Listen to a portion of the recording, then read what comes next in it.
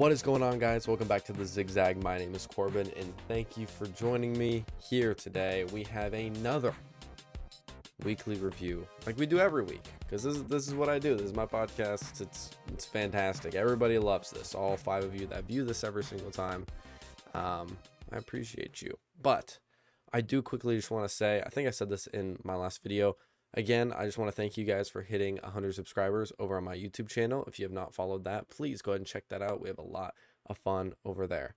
And you are on the most controversial WWE podcast on the planet, because some of you, whenever I post my reels over on YouTube in the shorts section or over in Instagram or TikTok, I got some haters. This is awesome. I love it. I love the controversy, because the more you guys rack up the comments, the more people my content gets pushed out to. So I might just start making like terrible rage bait content just so everybody will hate me or something. I don't know. Not actually. I don't want to actually do that. I want to spread good actual content. So that's the plan, at least. So first of all, just like always, we're going to start it off with NXT. We're going to move to SmackDown, and then we'll end it off with Raw. And with NXT, it has been pretty jam-packed. I'm not gonna lie. I'm gonna say something that might be a little bit controversial. I've been consistently watching NXT for the past probably month and a half ish. Not consistently, but more than I had. If I had missed it, I'd go back and rewatch all of it and all that stuff. And I just gotta say this. I think on a consistent basis, NXT has been putting out better product than Raw and SmackDown. Well, definitely better than SmackDown, 100%. But I'm gonna be the one to say it, because I'm not saying that it is better than Raw. I like Raw better, but it's just because it has, like, Raw has all the superstars I really like. If NXT had the same storyline with Dom and Finn and, all these, like, all my favorite people that are on Raw plugged into it with the same storylines, it'd be like, wow, this is the greatest thing ever. But NXT, the storylines that they have been creating and how deep they are into each character and all the storylines and all the stuff, it's just consistently a better show than Raw and SmackDown. I don't know what Shawn Michaels is down there cooking, but if that dude wants to maybe, have a say in what's going on the main brands, I wouldn't be too mad, because the dude obviously knows what he's doing. I just think it's a little bit insane that your baby sister show is better than the adult established shows in Raw and SmackDown. It's a little bit crazy, but NXT's just been doing a fantastic job, and I've just been enjoying every second of it. I don't typically make a ton of notes on NXT. I kind of just hit the big players that are up here. Obviously, the main event scene with Joe Hendry and around the title with Ethan Page and Ricky Saints and oh man, you guys are gonna kill me. Tony D'Angelo. That's fantastic, but I want to look at the Lola Vice and Kendall Gray match from last night. This ending, the controversial ending that happened, was perfect. Because this is what I think's happening. As much as everybody loves Lola Vice has a little bit, like, I don't want to say been pushed too much, because that's not really what I want to say. Lola's been around the main event scene for so long. She's kind of has that, like, LA Knight effect, where it's like people have loved her and been around her so much that she's kind of the point where people have just, like, seen her too much, and she's kind of just been dragged out too much, and she's kind of losing a little bit of that fire, I guess, is what I'm trying to say. Now, Kendall Gray, on the other hand, she's new, upstart, prodigy. Everybody loves Kendall Gray. Kendall Gray is next up, without a doubt in my mind. So I think the plan here is that you're going to give Lola the title. She's been fighting for this forever. Is she going to hold the title forever? No. But I think Lola Vice has the chance to become champion here at Stand and Deliver. And if you want Kendall to become the bad guy in this scenario, and you want to get Lola over, and you want the people to like rekindle that fire immediately. The finish where Kendall Gray taps out and the ref doesn't see it, and Lola's saying that she's tapped out 2 times, and then Lola all of a sudden gets pinned, and you have one ref saying that Kendall tapped out, and you have one ref saying that Kendall pinned Lola.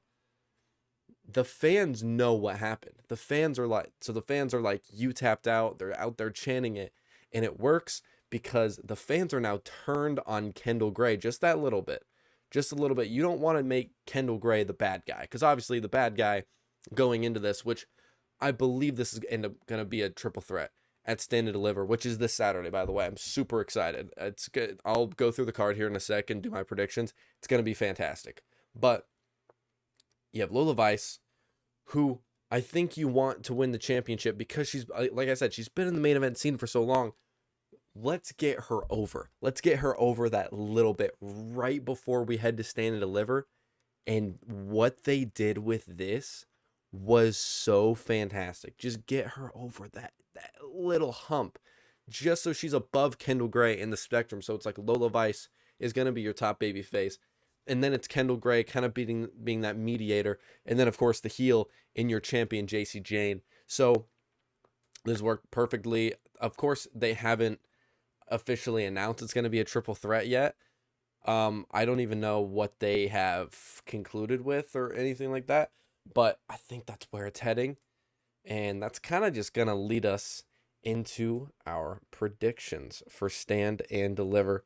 So if you guys could do me a favor, if you want to chuck in your own predictions, go look them up and tell me down below like what you think could possibly happen this Saturday. But I'm going to run through, tell you what I think.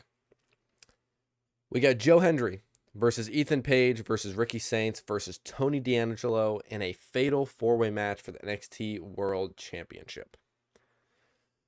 Here's what I'm thinking. I think Joe Hendry hasn't had this long enough. Think that you've built a great storyline between all 4 of them, but I think the title is just going to go back to Joe. I don't see any reason to really give the title away at this point. I don't really see Tony D'Angelo being more over. I don't see Ricky Saints being more over as a heel. I don't personally see it. The only person I see you giving this title to, realistically, not even him. The Tony D'Angelo would be probably the pick that they would go with, but I think the person that they should give it to, if any, would be Ethan Page. But I'm just an Ethan Page stan, obviously. So I feel like at this point, no one has really made a big enough push to be the champion. And I feel like that's why Joe's going to retain. And I think if they can just keep building this up more. Like, you can keep having these one-off matches, Ethan Page versus Tony D'Angelo, and then you got Ricky Saints versus Tony D or Ethan Page, and like, you keep kind of building this up, and eventually one of these guys is going to win it. But I don't think it's now. So I'm going to go ahead and say Joe Hendry with my prediction on this. I actually should probably, I'm going to edit the photo so I will remember who I picked, because most of the time I always forget who I picked. So let me circle Big Joe Hendry. I don't know why my phone there we go. Moving on. Then we got JC Jane versus Kendall Gray or Lola Vice. That's what it says on here. I think it's going to be both. It's going to be both. And like I just said, JC Jane has had an incredible run as champion. She's held it literally all year, lost it to Tatum Paxley randomly, won it back like 2 weeks later. Boom. And now we are here. And I think JC Jane's main roster bound. Sadly, April, May-ish area is where we do the spring cleaning. We're going to get rid of a lot of different people, a lot of different superstars up on the main roster to make room for the NXT talent that's going to get called up. It wouldn't shock me if JC Jane shows up on SmackDown or Raw, but I would actually prefer her to be on SmackDown. I feel like that would fit a little bit better. She shows up on SmackDown in the U.S. title scene the day after WrestleMania, or sorry, I guess a week after WrestleMania on Friday. Don't be shocked. Do not be shocked at all, but it would make sense to me JC Jane loses her championship here. We don't see her on NXT for a really long time. Boom, main roster. That's what I think. So give me Lola Vice to hold the NXT Women's Championship at Stand and Deliver. That's my choice. Don't know if that's the choice that you guys are thinking of originally. Lola actually might be a little bit of an underdog in this scenario, but I don't think so. Next, we got Sol Ruca versus Zarya. Literally have no clue who could win this. It's kind of really up in the air. And we're now to the point where some people are seeing Zarya's side of the story, where she's saying, you've been given all the opportunities and I haven't, and I've backed you up all the time, and the second I needed you to back me up, you weren't there for me. It's a completely valid argument. And people, I think, are now starting to see that Sol, realistically, if you're looking at the storyline, Sol Ruca is the heel in this story. Now, did Zarya screw Sol out of winning the women's championship? Of course she did. But Sol Ruca is the heel here. She has done the most bad things against Zarya. So now you have fans being like, well, Zarya is the heel. Wait, no, it's Sol Ruca's the heel. So now you have a fan split. And it's great. It's great. And you know what's hilarious? I haven't seen this on Raw and SmackDown ever. Literally ever. Potentially not ever, but at least, within the past year. So what NXT is doing with these feuds is just spectacular. It's fantastic. And Sol versus Zarya, no clue who's going to win. I feel like Sol's probably the favorite here. But I'm going to say Zarya gets it done. I'm going to say Zarya. It's kind of a 50-50, but I feel like she has grown the most from this, and I feel like a win here could really help her reach Sol's level. Because it's like Sol Ruca is like up here, and Zarya is just good enough to where she's like close. If she were to win this match, they'd now be on the same level storyline-wise. So give me Zarya. Then we have like my favorite tag team that NXT could have produced. We got the Vanity Project, who I'm really starting to come around and love, versus Los Americanos, which you guys know. I'm a Los Americanos guy. This match for the tag team championships. I don't think Los Americanos takes it from them, but I do love that NXT is giving. Apparently, I'm just going off what people are saying online, but they're totally wrong, because Rayo and Bravo Americano are legends in the lucha industry. But what Tyler Bate and oh my gosh, and Pete Dunne have been given with the Los Americanos gimmick, what they've done is just incredible. And I love that they're getting a chance to shine down on NXT and work matches and just put in all this character work. And it's so damn funny. Everything they do is so funny. And, like what happened with El Grande Americano, who apparently people are saying are Ludwig Kaiser, but you guys know that, and those people are crazy. But they were stuck in no man's land. They didn't have an opportunity on Raw or SmackDown, and they were given this gimmick, and they have just more than ran with it.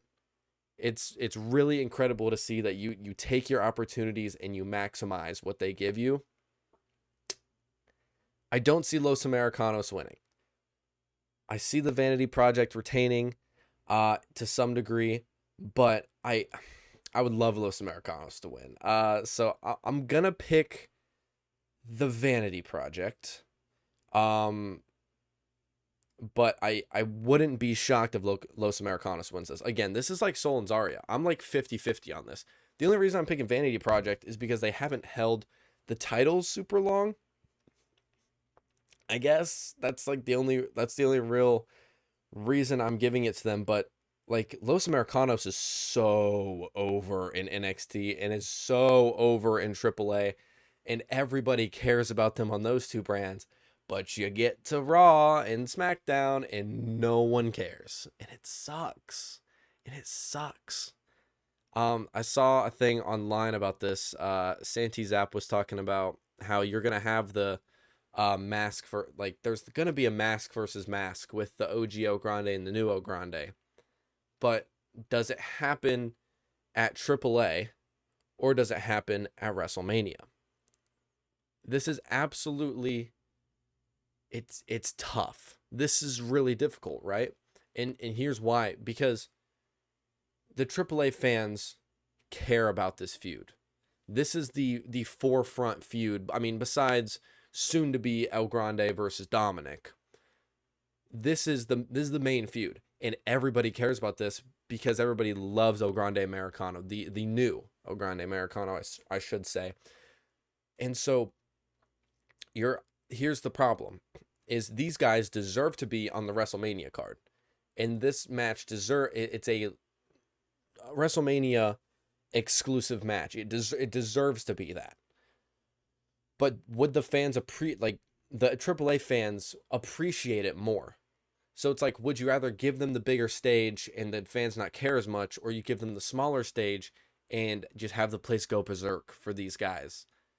I don't know which one I would choose. Of course, I don't watch AAA as much. I'll always catch their pay-per-views because they're fantastic. I really should watch it every single week because it's always great anytime I turn it on. But I feel like the fans deserve to have that moment in AAA with the mask versus mask, but also these two guys are employed by the WWE, and everybody dreams of fighting on the WrestleMania card. Like, that's just the thing. So I would put them on the Mania card, but then I feel like it screws the AAA fans. So I don't know. I'd actually love to know your guys' opinions on it, but kind of just got really sidetracked. So I picked the Vanity Project over Los Americanos, but I would love for them to win Los Americanos.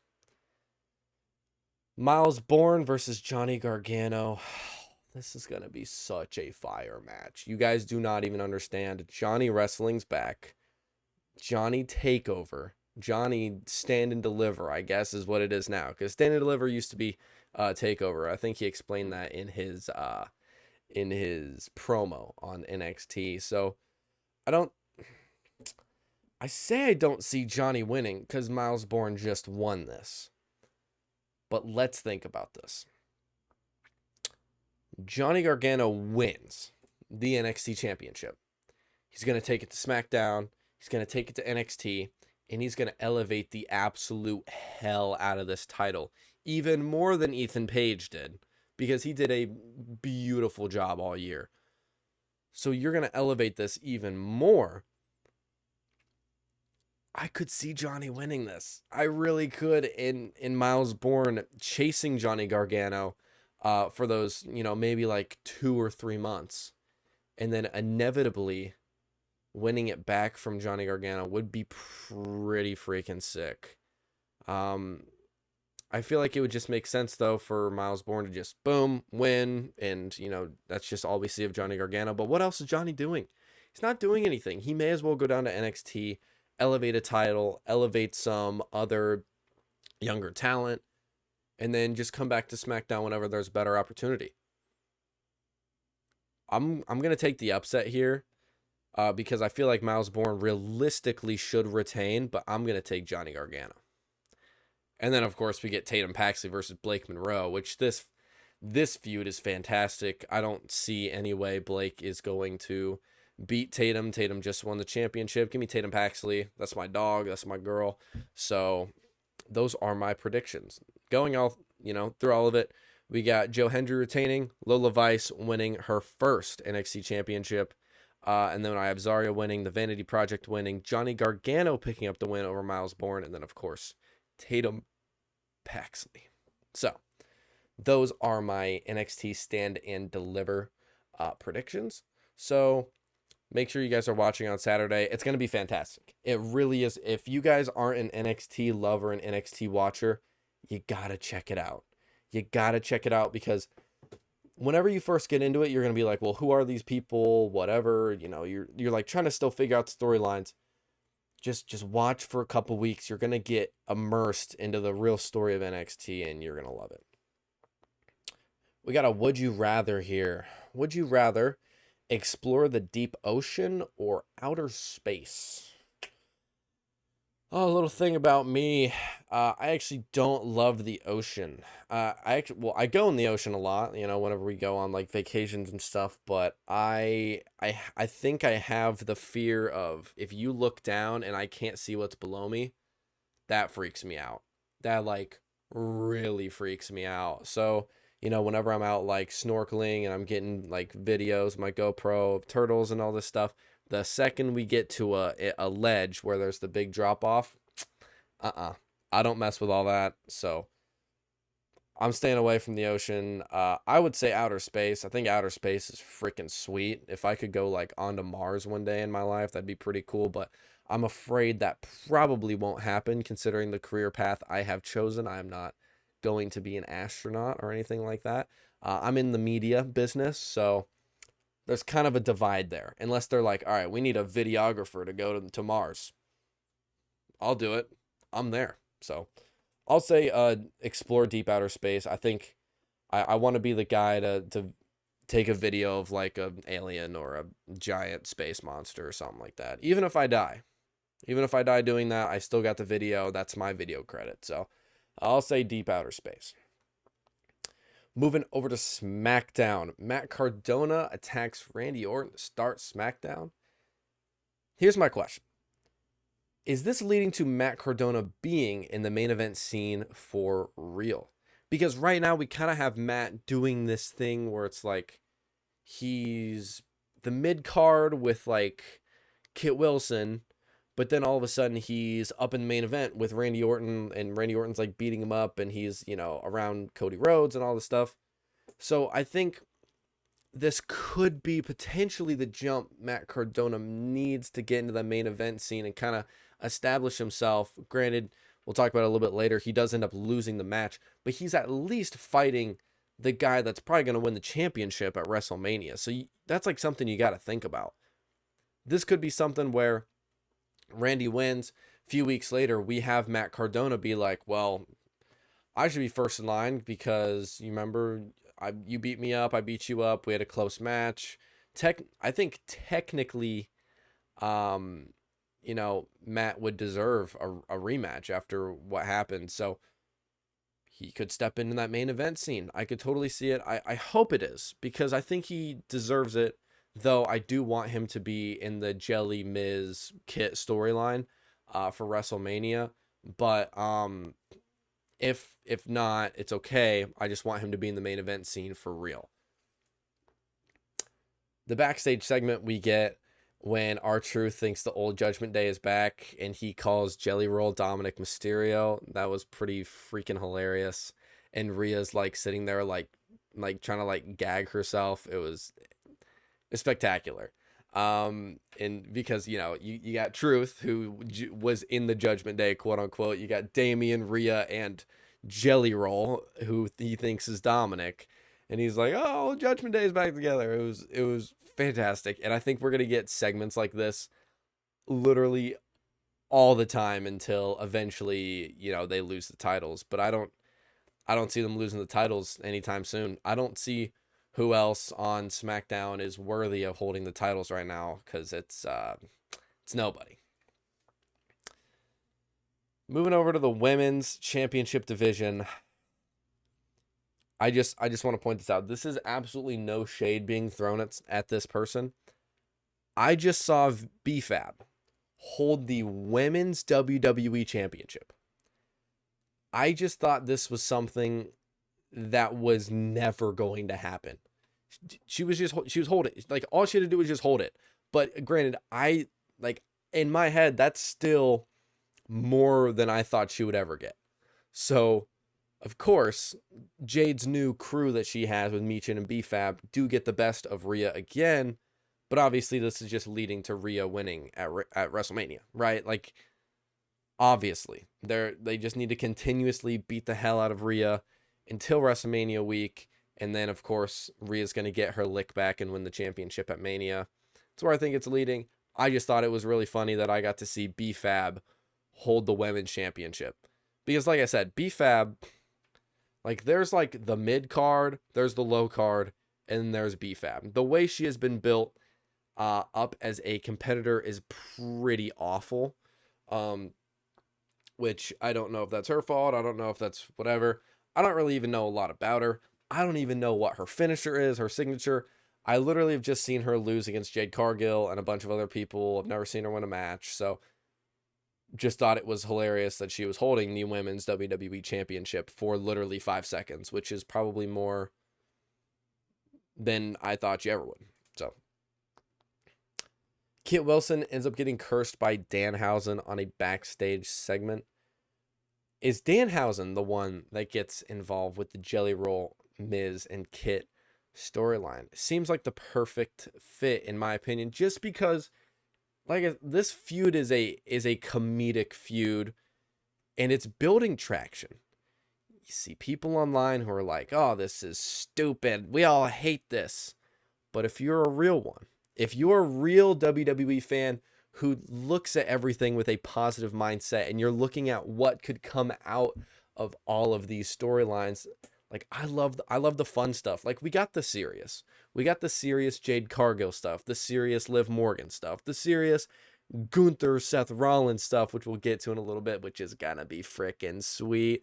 And then we got Pepsi Phil and Roman, and that's all like blood feud, hatred type of storylines.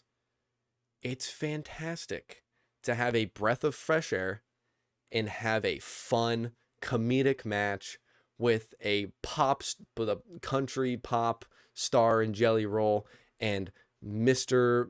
Toxic Masculinity Kit Wilson and the oh so awesome Miz.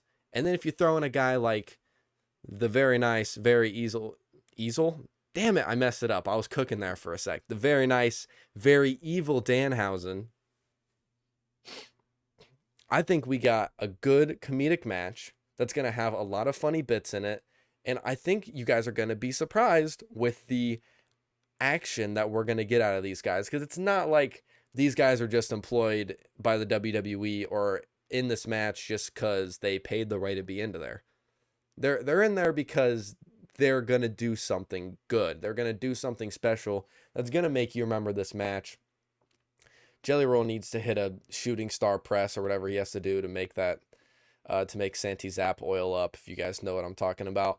But, so, like, I just think it's going to be fun. And if Matt Cardona doesn't get involved in the storyline to make this a tag match with all 4 guys, I think Danhausen would be a great fit. And, of course, Kit Wilson getting cursed by Danhausen.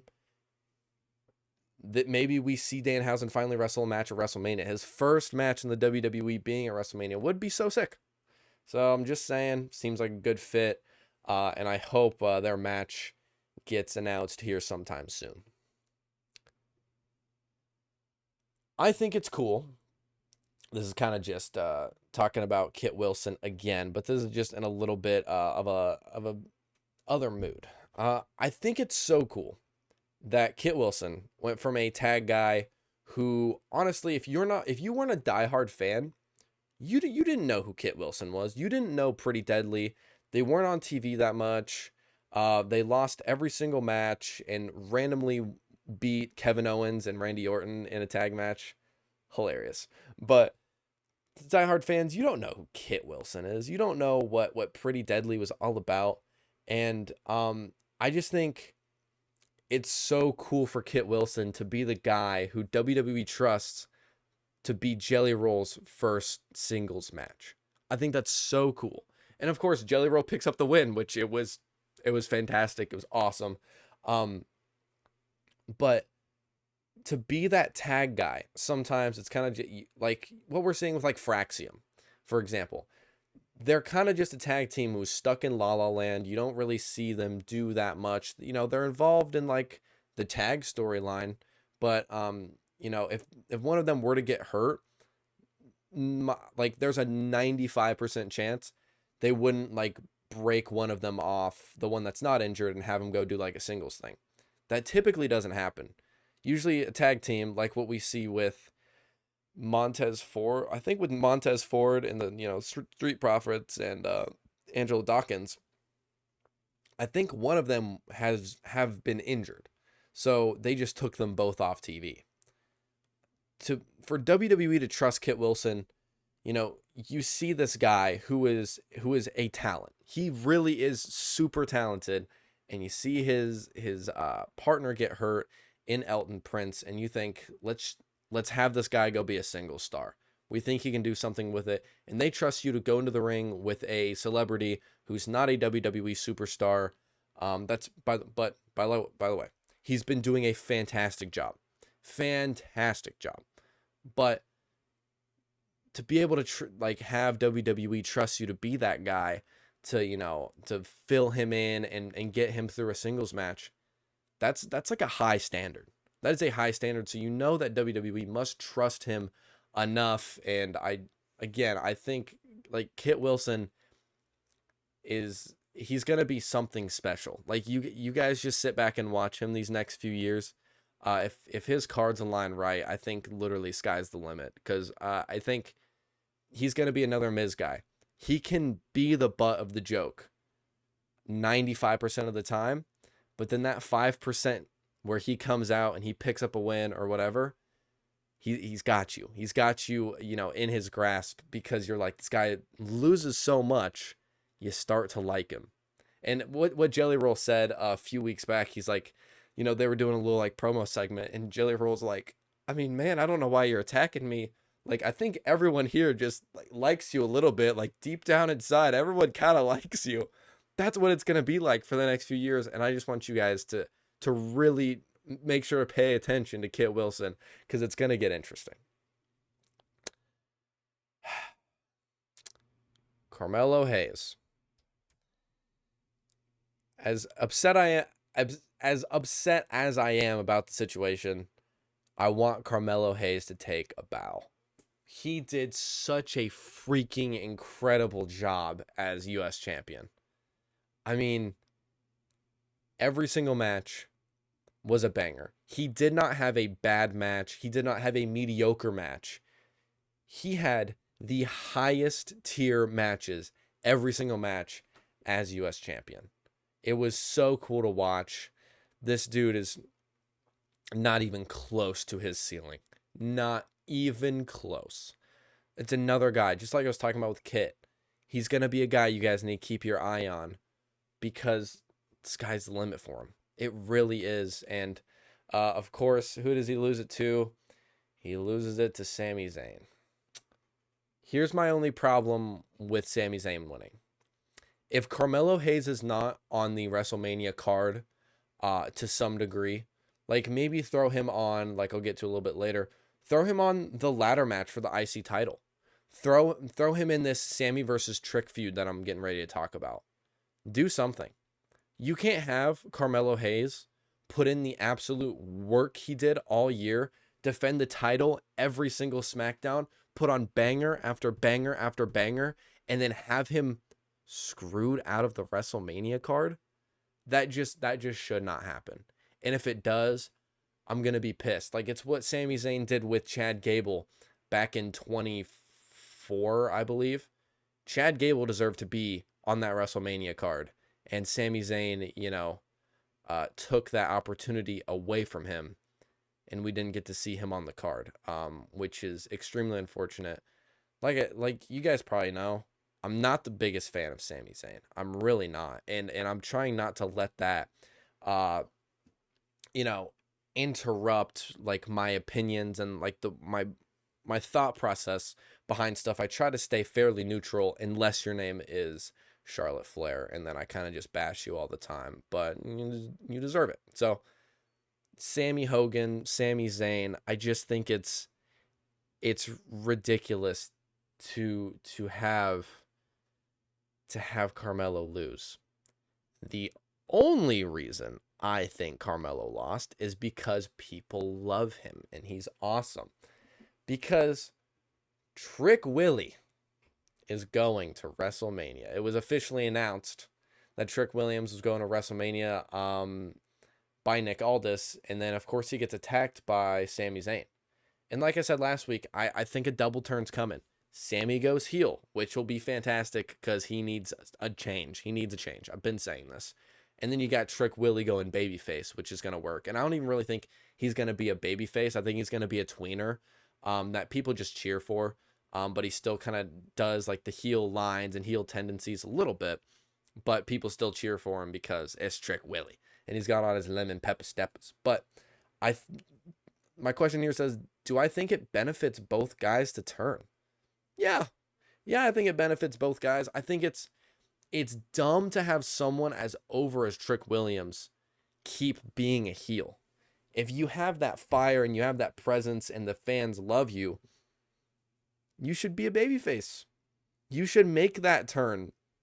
And then you could really explode onto the scene by that matter. And then you have a guy like Sami Zayn who's done the same thing since 2015, and he's always been the babyface. And honestly, his only good run he had was with the Bloodline stuff, and that was the best work of his career. But for the past few years after that, he's just been stuck in La La Land.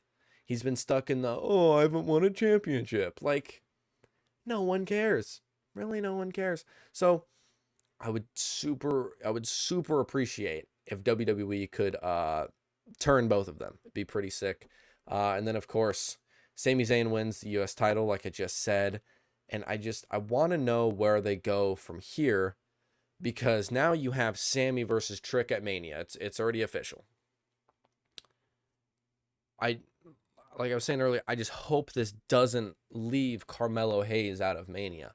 I think that's just such a disservice to, first of all, Carmelo, and second of all, to the fans who've appreciated his run. I think it'd just be kind of crappy to leave him off the card. I would be totally fine. Just put Melo on this card. Just put him in with Trick and Sami. And I think the only reason you give the title to a guy like Sami is for Sami to lose. Surely he loses it to Trick Williams. Because you don't want, you don't want babyface versus babyface. Because that's what Trick is basically. But you don't want Trick versus Melo. You want Sami Zayn, who people are turning on, versus Trick, who people are now cheering for. Like, that'd be perfect. And if you put Melo into it, people are like, hell yeah, Carmelo Hayes. Carmelo's not going to win. He's not going to win. He just lost a championship. But at least that gives him time to shine on the WrestleMania card. That's all I'm saying. What are my top 3 favorite colors? Someone asked me this the other day. I was in the dining hall with one of my friends, and she just randomly brought it up. And I was like, do you know what? I'm going to answer that on my podcast. What are my 3 favorite colors of all time? It's pretty freaking simple. The 2 colors of the ZigZag. My main colors on here, the blue and the pink. I've always been a blue and pink guy. I think that color combo together just looks so sick. But my favorite color is green. Everything I own is green. I like the Green Bay Packers because they're green. That's why I chose them whenever I was a kid. Growing up, everybody liked, the Colts. And I was like, I don't want to be like everybody else. I want to like the green team. So that's exactly what I did. I picked the Green Bay Packers. Green's my favorite color. And then pink is just dope. Pink is dope. Hot pink. I mean, that's my color. And then blue also is my dad's favorite color. So I grew up liking it because of that. And then now it's, part of the podcast as well. So I just think that's pretty cool. And then, you got the color combo in there. Honorable mention, for who just barely didn't make the top 3. Give me teal. My entire room right now is kind of teal from the lighting. So I'll say that. But yeah, green, pink, and blue in that order are my top 3. Drew versus Jacob is official at WrestleMania. This fight is a no DQ, and it is unsanctioned. Holy W. Because nobody wanted Drew versus Jacob at Mania if it was just going to be a straight up match. You want these two to put each other through hell, and you've built it up perfectly for them to do so. What they did is you had Drew McIntyre say, he gets on, he starts talking crap, and he starts rage baiting a little bit, which he's really good at. And Drew McIntyre starts talking about how Jacob Fatu belongs in prison and he's a hood rat and saying all this crazy stuff, and then eventually says, screw your kids. I need to feed myself, or whatever he was talking about. It was just what they've done with this build is what SmackDown has been missing. They've been missing the emotion and the hatred, and they've built it up perfectly with these two. See, this is all you had to do. I'm so excited for this match. I don't even really have much to say about it. Just to sit back and enjoy it whenever it comes on, whatever day it's going to be on. I wish I knew when each match was, if it was going to be on the Saturday or the Sunday, but we'll figure it out. I think this unsanctioned match is going to potentially be a show stealer, but the thing is I'm going to say this match is going to be a show stealer on like probably 5 different matches as this episode goes on, because realistically, I'm actually going to put in another question for myself down at the end. I'm going to tell you guys what I think about the build to WrestleMania. Build to Mania opinion and Mania card opinion. I'm not going to give out my official predictions quite yet. That'll be the week of Mania. That'll be the week of April 18th. So that won't be next week. It'll be the week after. I'll give my predictions in here. And then also I'll throw them up on YouTube because that's important. So, like I said, Drew McIntyre versus Jacob Fatu. It's going to be fantastic. Just wait. What does Tiffany Stratton do for WrestleMania? I feel like they could have waited to do the SmackDown match and build it up a little bit more. Maybe she still goes after Julia for Mania, but I feel like they have waited. They should have waited until then. So Tiffany faces Julia, doesn't win the championship, obviously. But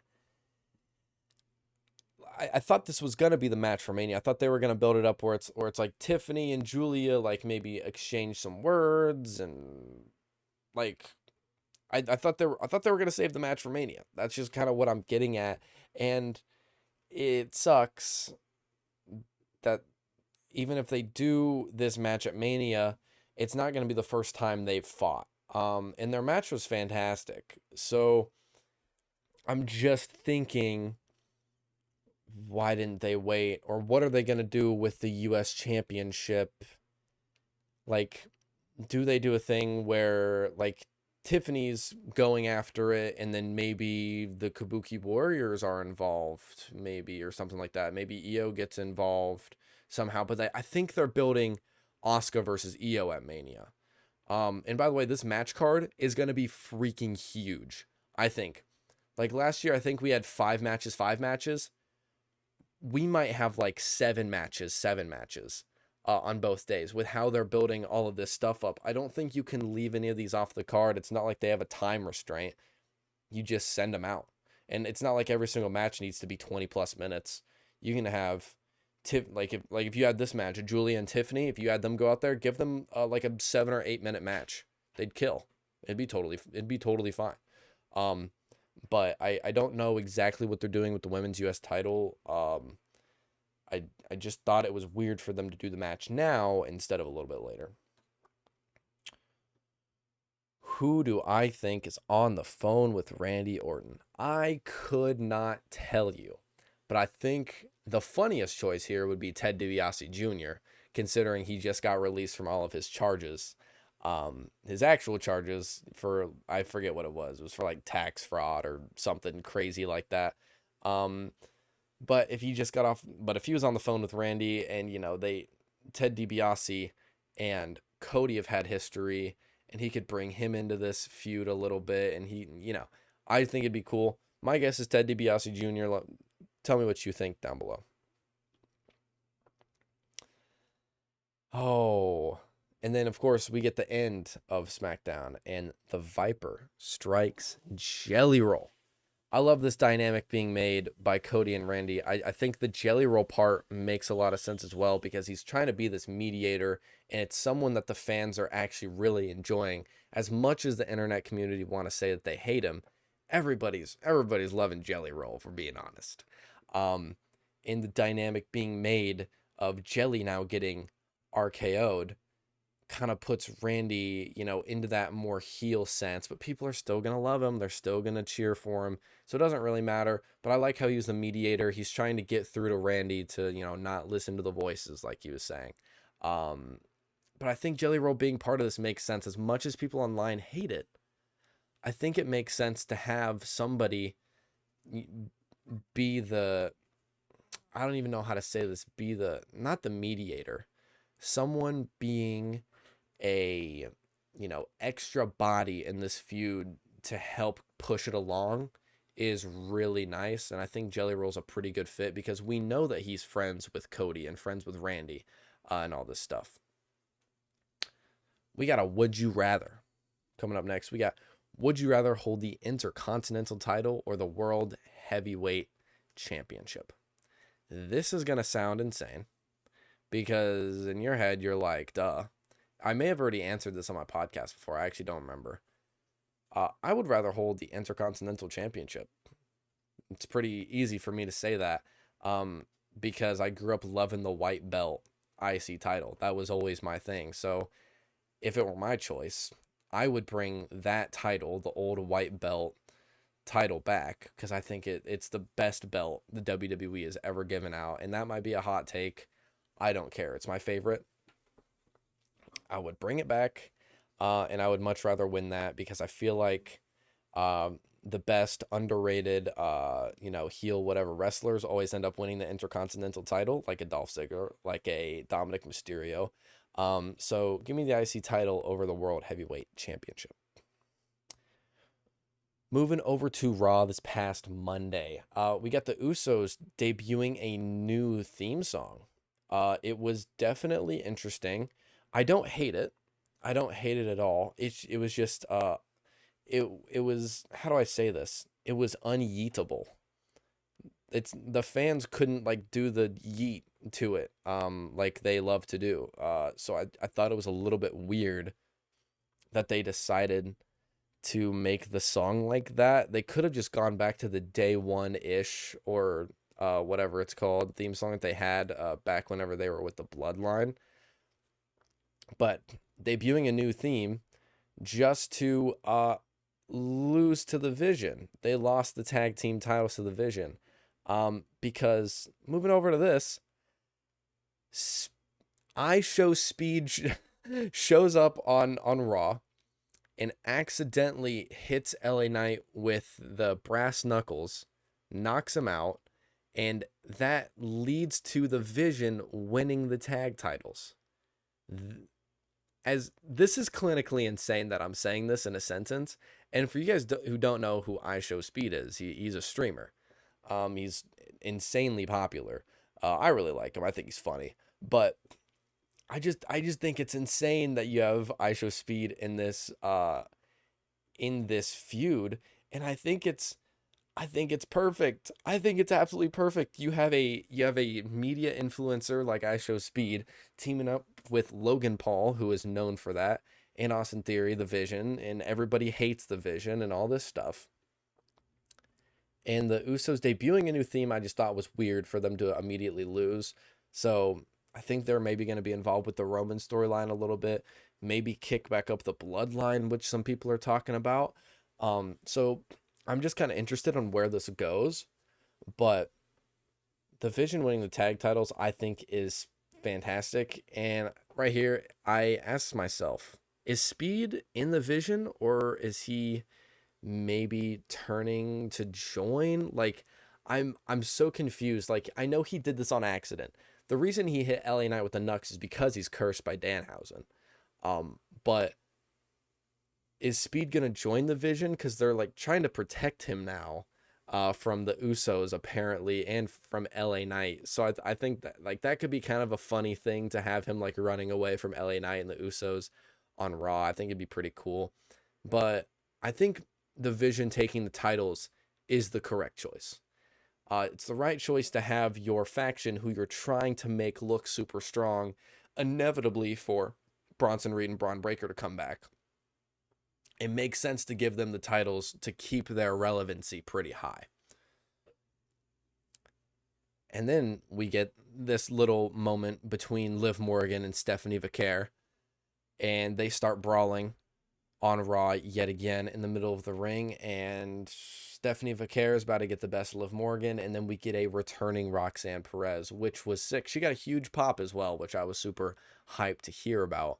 And again, I just like this. I like this feud because they're making it personal. They're talking about like all these like personal jabs and emotional jabs that they're sending at each other. And of course, Liv and Roxanne, the Judgment Day, get the better of Stephanie yet again because, of course, it's now a 2-on-1. And I wonder if Roxanne's going to be in a position to help Liv win the title, or are we going to get a thing where Roxanne is going to help Liv and inevitably turn on her at Mania or something of that sort. So I'm not 100% sure. I feel like that's really the only way Stephanie could win the title is if Roxanne screws over Liv Morgan. Because she's, I feel like Liv should win this realistically, but just not really sure. But I'm happy Roxanne is back because she's like one of my favorites. Oba, Femi, and Brock Lesnar face off, but nothing really happened, so that was a bummer. They like kind of maybe got into it, but then Triple H was there and he got booed like hell. But I actually kind of like that he showed up because you want to make like their face off seem like how do I even say this? You need to make it sound and feel like it is higher than the authority that is on Raw. Like you can't just have Adam Pearce go out there and tell them to stop and they'll stop. The only reason they stopped was because the big man Triple H was there to break them up. But Triple H getting booed like hell was hilarious. But it works. The storyline works. I didn't like the fact that literally they just like walk off and nothing happened. I would have liked Brock to like turn and like run back in and get a few shots in on Oba before they eventually split and stopped that little section. But I thought this moment was cool. Again, I hope Oba Femi ends up winning this at Mania, but I'm just not 100% sure at the moment. Finn Balor's promo for Dominik was great and finished up by saying something along the lines of, I am going to destroy you at Mania. Leading this, following this, I guess I should say, it's official. Finn Bálor versus Dominik Mysterio at WrestleMania, which is something I've been praying for these past few weeks, few months, maybe even a year, I should say. And again, it's going to be sick. The storytelling that's going to be inside of this match is going to be the thing to watch. I think you might even you're going to see the trickery from Dom. You're going to see the babyface Finn everybody loves. There's a potential we get the demon. I don't want to put it out there, and I don't want people to come at me if the demon Finn doesn't show up. But if he does, that pop is going to be freaking nuts. And these two are going to kill. These two are going to kill at Mania. Again, like I said earlier, I'm going to say it a ton of times throughout this episode. This is going to be a show-stealing match. I just think you need to wait for it. And then something a little bit interesting was in Dominik's commercial. It was during commercial because, of course, it was. He said something like, I'm going to be the last man standing. If they do a Finn versus Dom last man standing match, it's going to be even better. Because I think obviously, if it's a no man standing, then it's like a no DQ and all that stuff. But I feel like a last man standing match fits for these two super well, and the story they're going to make with that like predicament is going to be just crazy. Kofi Kingston's Trouble in Paradise finisher might be the most underrated finisher of all time, in my opinion. He hits it on Penta whenever they're fighting for the IC title over on Raw, and every time he hits it, it just looks so sick.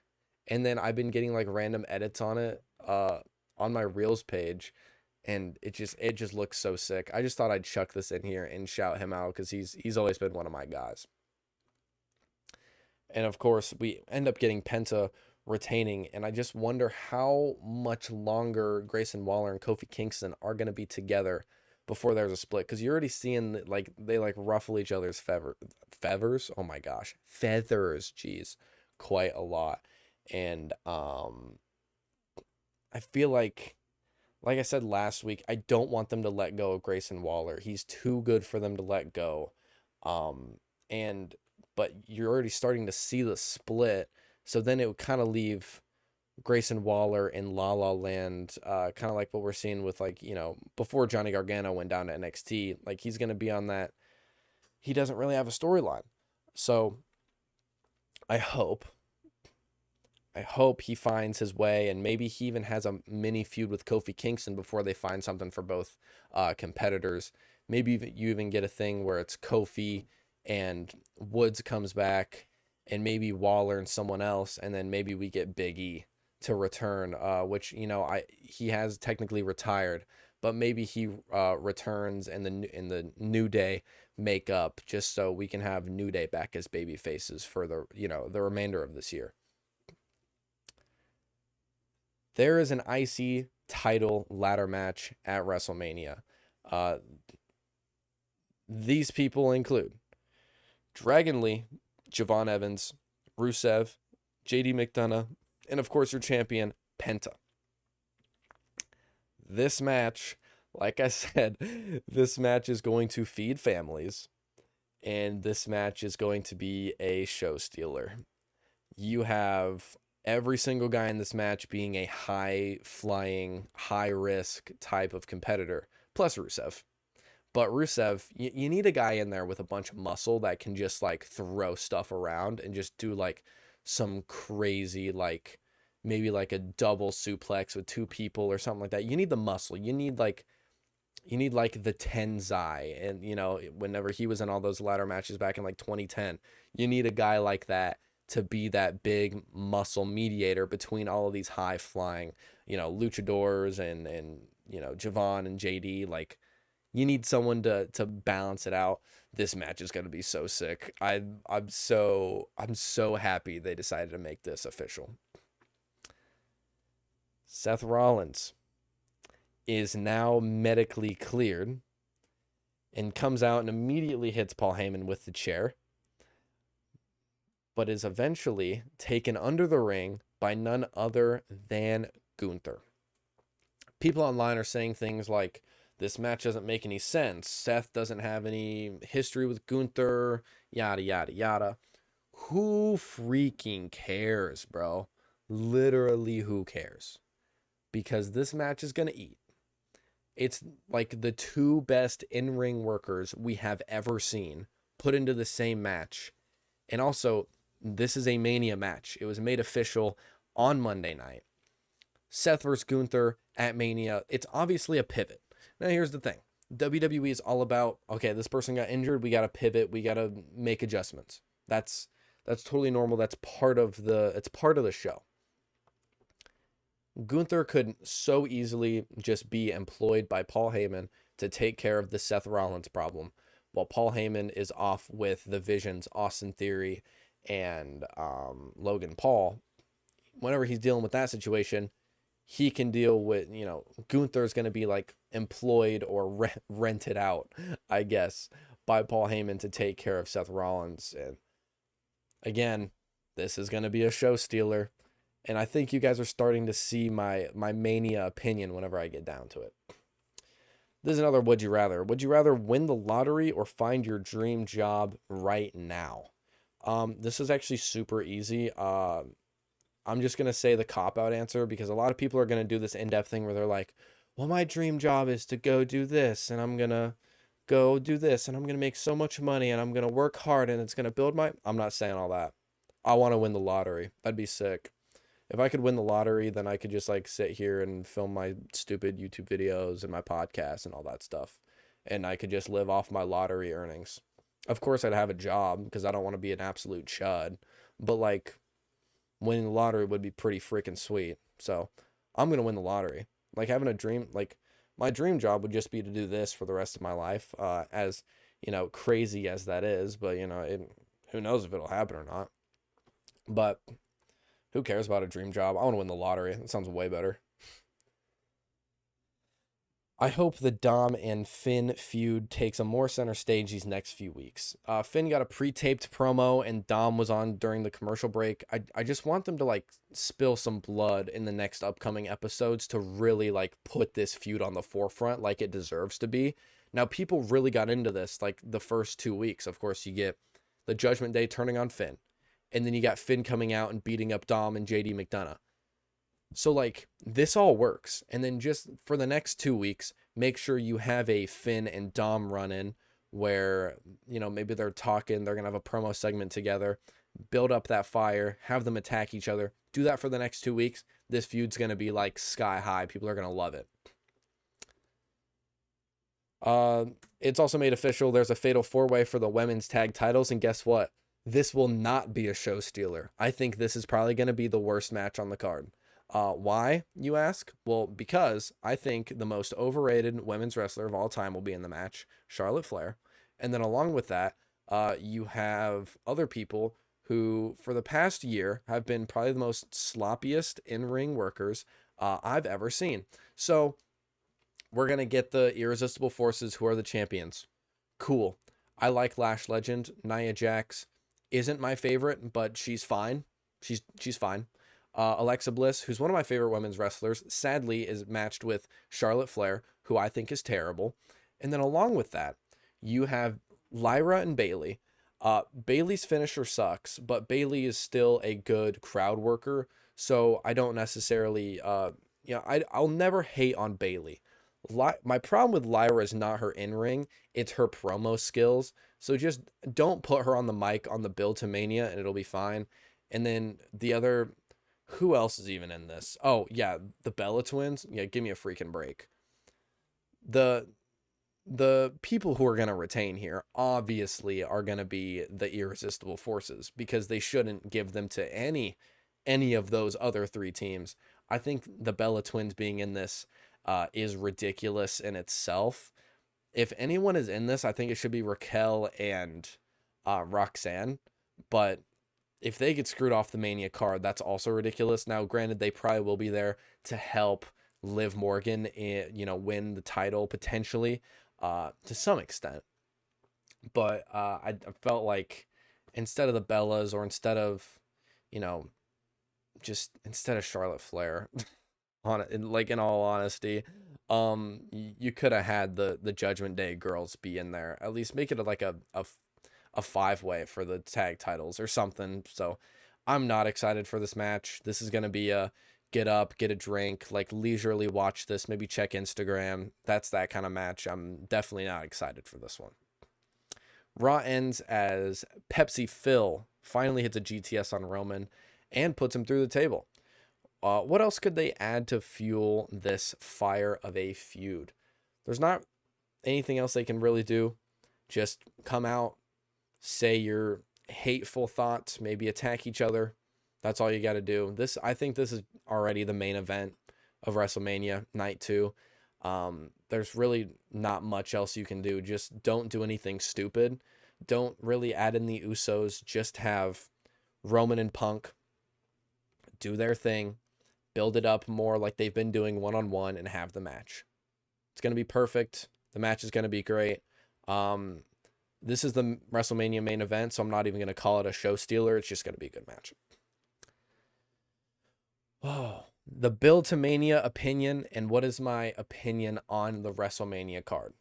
Granted, the card is not absolutely filled yet. There's still matches that are being made and are going to get put on the card, but what I will say is last year, the only match I was excited for was the Intercontinental Fatal 4-Way match. That was literally the only match I cared about.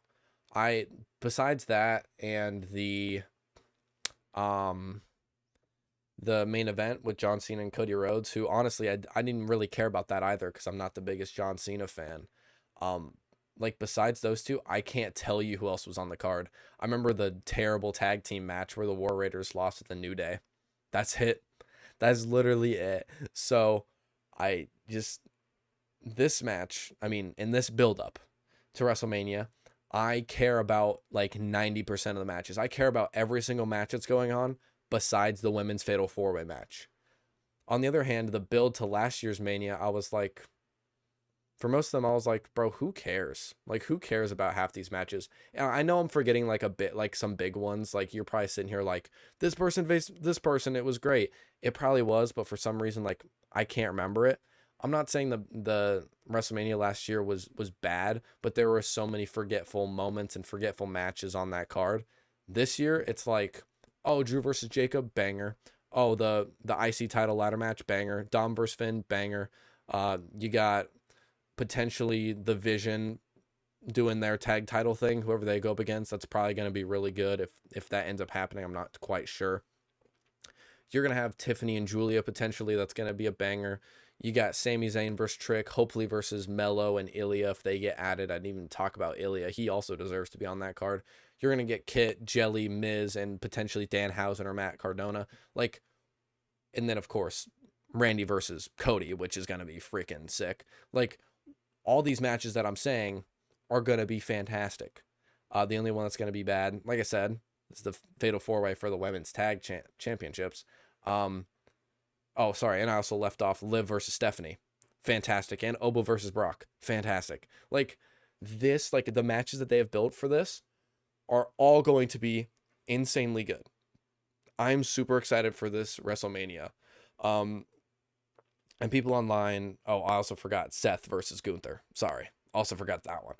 But all of these matches, I care about all of them. They've all been built very well. The second, like, SmackDown made that turn and are finally, like, starting to click with the storylines, they've been great. Of course, Raw's been doing their thing, and they're doing a fantastic job. The build to Mania and the Mania card right now, I think, is almost perfect. Almost perfect. So, I'm super happy about it. And the last one says, this is our final question. It says, would you rather live in a world with no homework or no chores? I could literally care, like, I could care less about chores, like doing them, like, what, taking out the trash, washing the dishes, cleaning up the room. I literally could care less about it. Homework, on the other hand, homework is stupid. Why do I sit in a lecture hall or a lab for, 3-4 hours every single week just for you to go, all right, now I want you to go do the same, just re-talk about what we talked about? It's stupid. Homework's dumb. I think studying is a way better way to learn the material because you can move at your own pace. You can learn what you think you need to learn. You can make your own, like, Quizlet sets and note cards and tests for yourself. Like, I think homework, especially in high school, because in high school it's just like, let's just give them homework to give them homework. It's stupid. I've always hated it. So if I could live in a world where I never have to do homework again, that would be sweet. Now, on the other hand, that's not including projects. Projects are dope. Like right now I'm making like I just made a not a documentary. Oh my gosh. I'm blanking as a media student. Oh my gosh. I'm terrible. I'm the worst media student of all time. I just made a 1 to 2 minute movie about Dr. Pepper Zero Sugar. And it was sick and it was super fun. I filmed it with my friend Dylan and we had a great time doing it. So projects are not included in this, just like normal, basic, busy work, homework, but chores, could care less. I actually like some chores. Some of them are just kind of soothing to sit there with my AirPods in and just, help out my mom and do whatever. So, ladies and gentlemen, that is the last question on this episode of the ZigZag, the weekly review, as we call it around here. If you guys can do me a favor, make sure to like and subscribe down below if you're watching on YouTube. If you are listening on either Apple Music or Spotify, what I want you to do is maybe go leave a comment, ask me a question, and also follow the podcast. Make sure you do that. So if you want to check out my other content on Instagram, TikTok, and YouTube, you can find more content, more random fun stuff. We have a lot of fun over here on this channel. So I want to thank you guys for joining me, and I hope you have a wonderful day.